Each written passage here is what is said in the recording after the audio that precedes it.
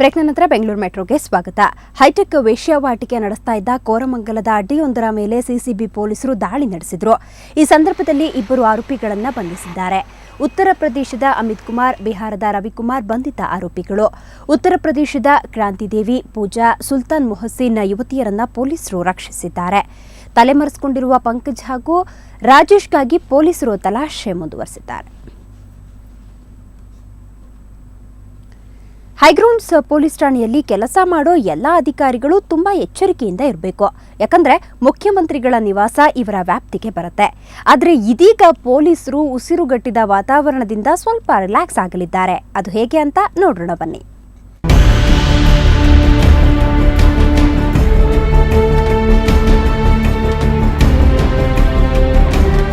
Silicon ಸಿಟಿಯ ಸೂಕ್ಷ್ಮ ಠಾಣೆಗಳಲ್ಲಿ High Ground police ಠಾಣೆ ಕೂಡ ಒಂದು. ಸಿಎಂ ನಿವಾಸ ಇದರ ವ್ಯಾಪ್ತಿಗೆ ಬರುತ್ತೆ. ಶೀಟಿನ ಶೆಡ್ನಲ್ಲಿ ಪೊಲೀಸರು ಬಿಸಿಲು ಮಳೆಯಂತೆ ಕೆಲಸ ಮಾಡ್ತಾ ಇದ್ರು.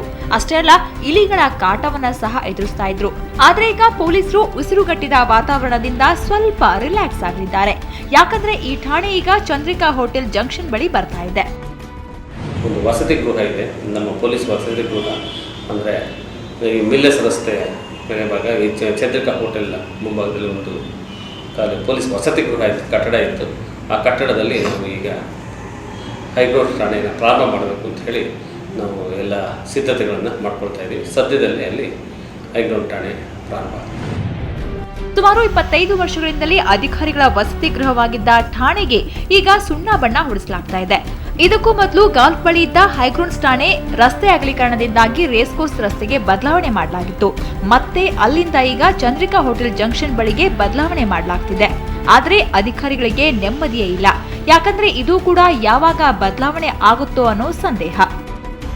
ಯಾಕಂದ್ರೆ ಹೈಗ್ರೌಂಡ್ ಬಹಳ ಸೆನ್ಸಿಟಿವ್ ಪೊಲೀಸ್ ಸ್ಟೇಷನ್, ಅದು ಒಂದು ಸೂಕ್ತ ಜಾಗನೇ ಇರಬೇಕು. ಅದಕ್ಕೆ ನಾವು ಒಂದು 3 ಪ್ಲೇಸಸ್ ಸಜೆಸ್ಟ್ ಮಾಡಿದ್ದೀವಿ. ಸದ್ಯಕ್ಕೆ ನಾವು ರೇಸ್ ಕೋರ್ಸಿಂದ ಅದು ನಮ್ಮ Chandrika circle, Cunningham road, Miller's road ಜಂಕ್ಷನ್ನಲ್ಲಿ ಅಲ್ಲಿ ಒಂದು ನಮ್ಮದು ಪೊಲೀಸ್ ಕಟ್ಟಡ ಇದೆ, ಅಲ್ಲಿ ಅದು ನಾವು ಶಿಫ್ಟ್ ಮಾಡಿದ್ದೀವಿ. ನಿತ್ಯವೂ ಕೆಲಸದಲ್ಲಿ ಸುಸ್ತಾಗ್ತಾ ಇದ್ದ ಪೊಲೀಸರು ಈಗ ಕೊಂಚ ನಿಟ್ಟುಸಿರು ಬಿಟ್ಟಿದ್ದಾರೆ ಅನ್ಬಹುದು. ಆದ್ರೆ ಸರ್ಕಾರ ಈ ಹೈಗ್ರೌಂಡ್ಸ್ ಪೊಲೀಸ್ ಠಾಣೆಗೆ ಪರ್ಮನೆಂಟ್ ಸ್ಥಳ ತೋರಿಸಿ ಕಟ್ಟಡ ಕಟ್ಟಿಸಿ ಕೊಡಬೇಕು ಅನ್ನೋದು ಹಲವು ಪೊಲೀಸರ ಆಳಲು. ಅರವಿಂದ್ ಸಾಗರ್, ಕ್ರೈಮ್ ಬ್ಯೂರೋ, ಸುವರ್ಣ ನ್ಯೂಸ್ 24/7. ನಗರ ಬೆಳೆದಂತೆ ಪೊಲೀಸರ ಶಾಂತಿ ಪಾಲನಾ ಜವಾಬ್ದಾರಿಯೂ ಹೆಚ್ಚುತ್ತೆ. ಆದರೆ ನಮ್ಮ ಉದ್ಯಾನ ನಗರಿಯ ಪೊಲೀಸ್ ಇಲಾಖೆಗೆ ಮೂಲಸೌಕರ್ಯದ ಕೊರತೆ ಇದೆ. ಈ ನಿಟ್ಟಿನಲ್ಲಿ ಸರ್ಕಾರ ಕೆಲವೊಂದು ಸೌಲಭ್ಯ ನೀಡಲು ಮುಂದಾಗಿದೆ. ಕೆಲ ಹೊಸ ಪೊಲೀಸ್ ಠಾಣೆಗಳ ನಿರ್ಮಾಣಕ್ಕೆ ಸರ್ಕಾರ ಅನುಮೋದನೆ ನೀಡಿದೆ.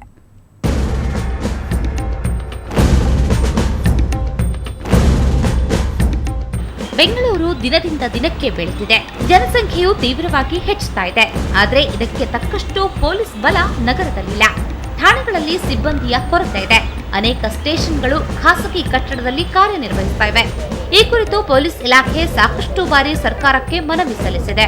ಹೀಗಾಗಿ ಈ ಬಾರಿ 7 ಕಡೆ ಹೊಸ ಠಾಣೆಗಳನ್ನು ನಿರ್ಮಿಸಲು ಸರ್ಕಾರ ಮುಂದಾಗಿದೆ. ಇದರಲ್ಲಿ ನಗರದ ಸಂಪಿಗೆಹಳ್ಳಿ, ಯಲಹಂಕ, ನ್ಯೂಟೌನ್, ಗಿರಿನಗರ ಠಾಣೆಗಳು ಸೇರಿವೆ.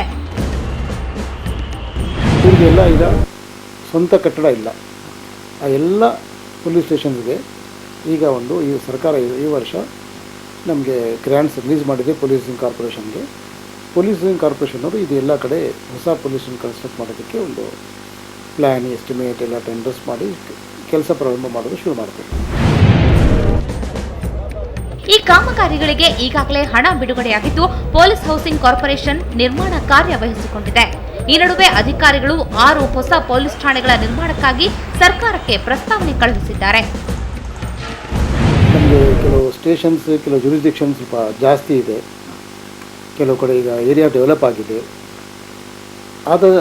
ಅದು ಮತ್ತು land order problem, crime, population ಇದೆಲ್ಲ ನಾವು ಕನ್ಸಿಡರ್ ಮಾಡಿ ಕೆಲವು ಪೊಲೀಸ್ ಸ್ಟೇಷನ್ಸ್ ಹೊಸದಾಗಿ ಮಾಡಬೇಕು ಅಂತ ಪ್ರಪೋಸಲ್ ಕೊಟ್ಟಿದ್ದೀವಿ ಸರ್ಕಾರಕ್ಕೆ.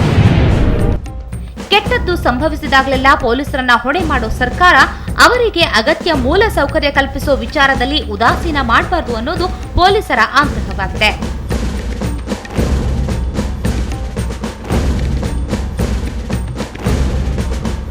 ಅರವಿಂದ್ ಸಾಗರ್, ಕ್ರೈಮ್ ಬ್ಯೂರೋ, ಸುವರ್ಣ ನ್ಯೂಸ್ 24/7.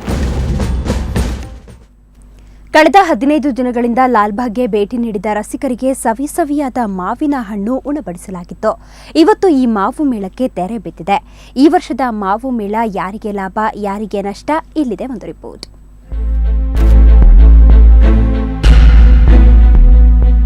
ಸಿಂಧೂರ, ಮಾಲಗೋಬಾ, ತೋತಾಪುರಿ, ಕೇಸರಿ ಹೀಗೆ ಸುಮಾರು 15 ವೆರೈಟಿಗೂ ಹೆಚ್ಚು ಮಾವಿನ ಹಣ್ಣುಗಳು 15 ದಿನಗಳಿಂದ ಲಾಲ್ಬಾಗ್ನ ಮಾವು ಮೇಳದಲ್ಲಿ ಮೇಳೈಸಿದ್ವು.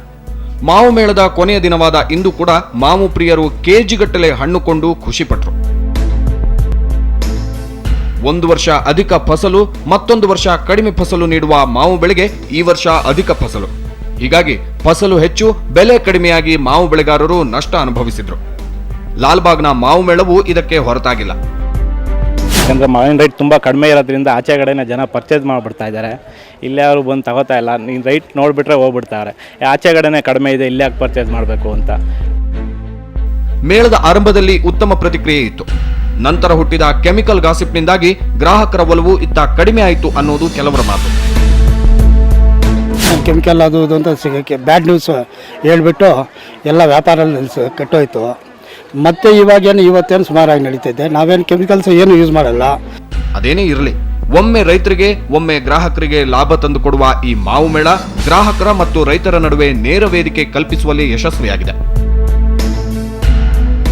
ರಕ್ಷಾ, ಸುವರ್ಣ ನ್ಯೂಸ್ 24/7 ಬೆಂಗಳೂರು.